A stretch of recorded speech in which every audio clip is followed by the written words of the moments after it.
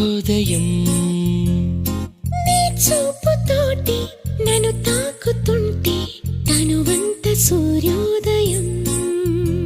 ఇలాగే ఇలాగే మనం ఏకమయ్యే క్షణాలే కదా ఓవరం.